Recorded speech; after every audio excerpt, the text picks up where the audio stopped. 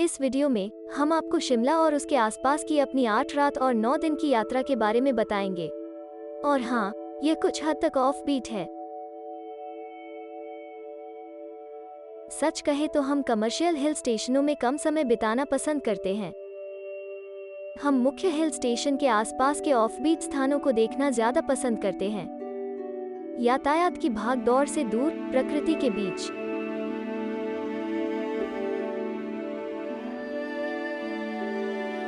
तो अगर आप हमसे रिलेट कर पा रहे हैं और शिमला सहित उसके आसपास खूबसूरत जगहों में 8 रात और 9 दिन की यात्रा की योजना बनाना चाहते हैं, तो इस वीडियो को अंत तक देखें। अपनी यात्रा की अवधि के आधार पर आप इस दौरे को एडजस्ट कर सकते हैं। सब्सक्राइब करना ना भूलें और घंटी का बटन दबाएं। चंडीगढ़ हवाई अड्डे से शिमला तक 5 घंटे की ड्राइव है, लेकिन हमने पहले शिमला जाने का प्लान नहीं किया था। हमने शिमला को अंत तक चुना। हमने पहले नारकंडा जाना चुना और दोपहर 2 बजे तक वहां पहुंच गए। पहले दिन हमने इस आरामदायक प्रकृति स्थान का आनंद लिया। इसका नाम है नेचर कैंप। हम बस कोजी झोपड़ियों के चारों ओर टहलते रहे।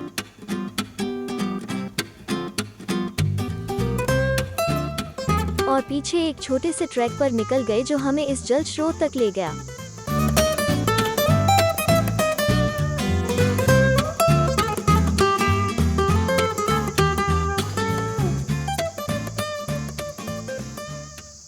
मुख्य सड़क पर भी तफरी मारने में मजा आया और रात में अलाव के पास बैठकर स्वादिष्ट भोजन और ड्रिंक्स का मजा लिया।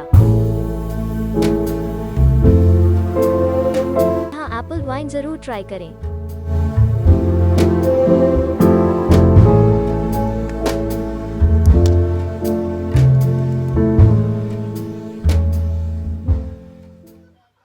दूसरे दिन हम हाटू चोटी के लिए निकल पड़े।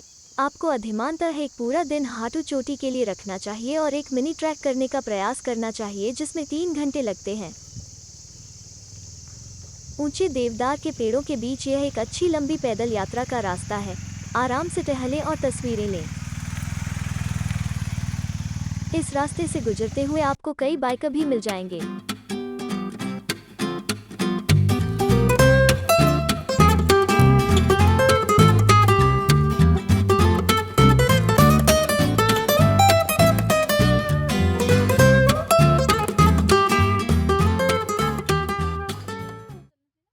सबसे ऊपर हटू माता मंदिर और हाटू चोटी है। एक लेजेंड के अनुसार अंदर का पत्थर द्रौपदी का है। यह ठीक वही स्थान माना जाता है जहां वो गिर गई थी जब पांडव स्वर्ग के रास्ते में थे और तब उनकी मृत्यु हो गई थी। हाटू चोटी समुद्र तल से 3400 मीटर की ऊंचाई पर है। यहाँ से दृश्य शानदार हैं और अगर आप एक फोटोग्राफर हैं तो आपको यह जगह बहुत पसंद आएगी।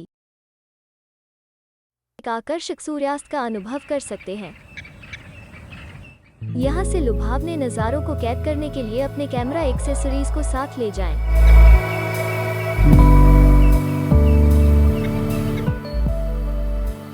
सूर्यास्त के बाद यहाँ बहुत ठंड पड़ने लगती है। सुनिश्चित करें कि आपने गर्म रखने के लिए सभी आवश्यक कपड़े ले लिए हैं। हम तो चले फिर से अपनी आरामदायक सी झोपड़ी में, अलाव के पास वाइन और बिरयानी का मजा लेने।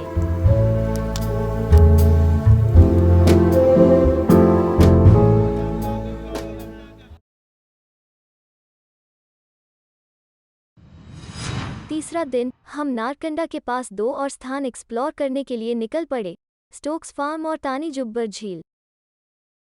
सैमुअल स्टोक्स के नाम पर यह वो स्थान माना जाता है जहां हिमाचल प्रदेश में सेब की खेती की क्रांति शुरू हुई थी।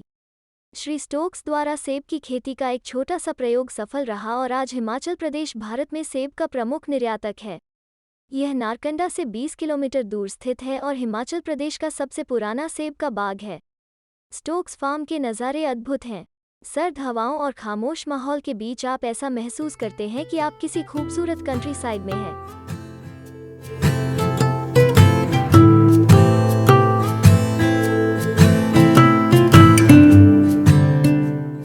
खोजने के लिए सही महीना होगा होगा जुलाई से सितंबर। यह प्रसिद्ध सुनहरे सेब, लाल स्वादिष्ट और शाही स्वादिष्ट सहित विभिन्न प्रकार के सेबों के लिए प्रसिद्ध है।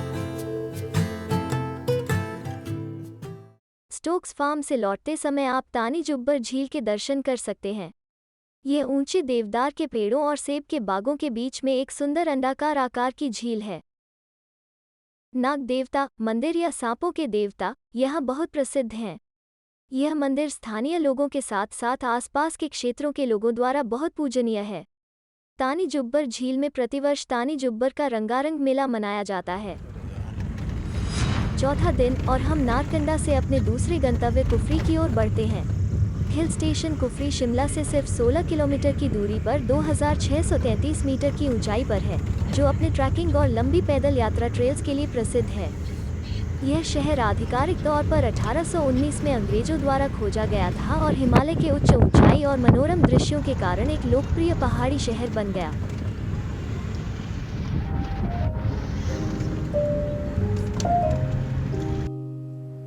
स्टर्लिंग रिजॉर्ट में हमारा स्टे सुंदर था और पहाड़ों की देखरेख कर रहा था, लेकिन आपको इन बंदरों से बिल्कुल सावधान रहना होगा।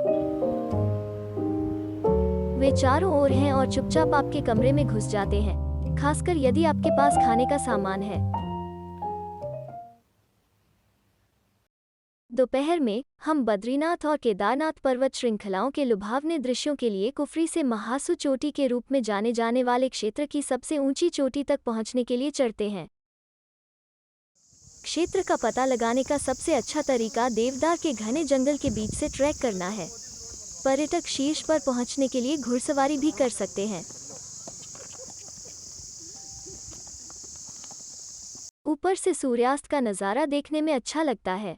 नाग देवता मंदिर के दर्शन जरूर करें। आप जिस ढलान वाली सतह को देखते हैं, वो सर्दियों में प्रसिद्ध कुफरी के स्कीइंग मैदान में बदल जाती है।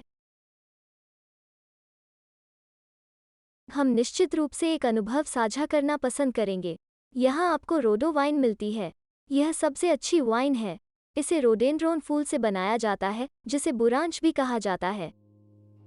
बहुत फायदेमंद भी है हृदय स्वास्थ्य और संचार प्रणाली के लिए। रात की फ्रीजिंग ठंड और गहरे अंधेरे में बालकनी में बैठना और चुपचाप बिना बंदरों को पता चले रोडो वाइन पीना और स्पाइसी बाइटिंग खाने का मजा कुछ और ही है। आप भी कोई हिल स्टेशन पर ये जरूर ट्राई करें। हाँ, अगर वो हाय हेलो कहने आ जाते तो हम पता नहीं क्या करते। यह हमारा सर्द दिन था। हमें कोरोना के समय में वर्क फ्रॉम होम करना था, इसलिए हम दोपहर 3 बजे के आसपास ही सबसे पहले राष्ट्रपति भवन जाते हैं। महल के पास ही एक हेलीपैड है, जहां से कुछ आश्चर्यजनक दृश्य दिखाई देते हैं। जैसा कि आप देख सकते हैं, यहां से पहाड़ों की अलग अलग परतें दिखाई देती हैं।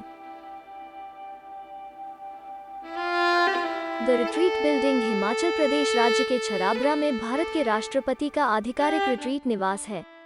यह 1850 में बनाया गया था और यह भारत के वायसराय की संपत्ति का हिस्सा था। इस जगह की वास्तुकला और आसपास के सुरम्य इसे शिमला में एक प्रमुख पर्यटक आकर्षण बनाते हैं। हमने इस तथ्य का सम्मान करना चुना कि यह एक वीआईपी स्थान है और इसलिए कुछ छवियां और विवरण हटा दी, लेकिन यह बहुत ही सुंदर, शांत और खूबसूरत दृश्य वाली जगह है। जरूर आना चाहिए। यहाँ से हम देशू माता मंदिर की ओर बढ़ते हैं। देशू माता मंदिर की सड़क कुफरी से फागू जाने वाले रास्ते पर बनी है। मंदिर के निकट तक पहुंचने के लिए 400 सीढ़ियां हैं। मंदिर देवदार के घने पेड़ों के बीच स्थित है, जो भक्तों को बहुत सुकून देते हैं। यहाँ 3 मंदिर हैं, जहाँ मुख्य काली माँ का है, जो केवल पूजा के लिए दिन में 2 बार खुलता है, और शिवजी और माता मंदिर। एक बहुत ही शांतिपूर्ण जगह और यह पहाड़ियों के ऊपर एक आनंद है, पूरी तरह से नॉन कमर्शलाइज्ड। 6वें दिन हम चैल पैलेस और काली टिब्बा मंदिर की खोज करते हैं। चैल शिमला से 44 किलोमीटर की दूरी पर कुफरी से परे है और यहाँ का मुख्य आकर्षण चैल पैलेस है। अब एक हेरिटेज होटल चैल पैलेस पटियाला के महाराजा भूपेंद्र सिंह की शाही हवेली हुआ करता था। वो व्यक्ति है जिसे ब्रिटिश सरकार द्वारा शिमला से निर्वासित किए जाने के बाद अक्सर चैल के संस्थापक होने का श्रेय दिया जाता है। इसका निर्माण वर्ष 1891 में किया गया था। इस स्थापत्य सुंदरता का उपयोग अब हिमाचल पर्यटन द्वारा एक होटल के रूप में किया जाता है, जिसे चैल पैलेस होटल के नाम से जाना जाता है। देवदारों से घिरा यह महल पहाड़ी की चोटी पर स्थित है और चारों ओर की घाटियों का शानदार दृश्य प्रस्तुत करता है। प्रति व्यक्ति 100 रुपये का प्रवेश टिकट है। यह प्रवेश शुल्क कमरे के किराए में एडजस्ट किया जाएगा और रहने के विभिन्न विकल्प हैं: हट्स, कॉटेजेस, रूम्स और स्वीट्स। महल को अंदर से एंटीक फर्नीचर और हैंगिंग झूमर से सजाया गया है। दीवार से दीवार तक कालीन और खूबसूरत लॉबी के साथ इंटीरियर राजसी लुक देता है। डाइनिंग हॉल का अपना शाही स्पर्श है और आप यहां दोपहर का भोजन कर सकते हैं।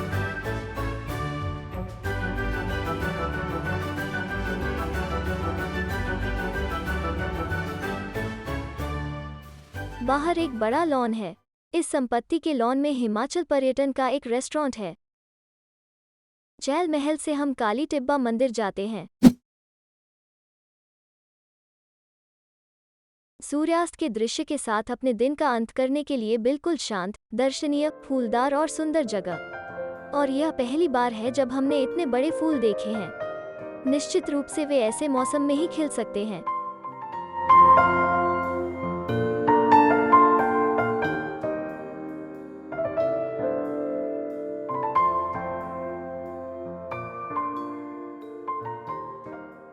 मंदिर की मुख्य देवी काली देवी हैं, जो दुनिया भर से बहुत से तीर्थयात्रियों और पर्यटकों को आकर्षित करती हैं। मंदिर से चूर, चांदनी और शिवालिक रेंज के मनोरम दृश्य देखे जा सकते हैं।